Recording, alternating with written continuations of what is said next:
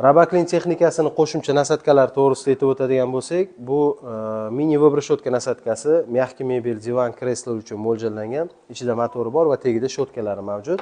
Misol uchun, xonadonida mushuk boqadigan klientlarimizga juda ham to'g'ri keladi. O'zini tagida shotkalari bor.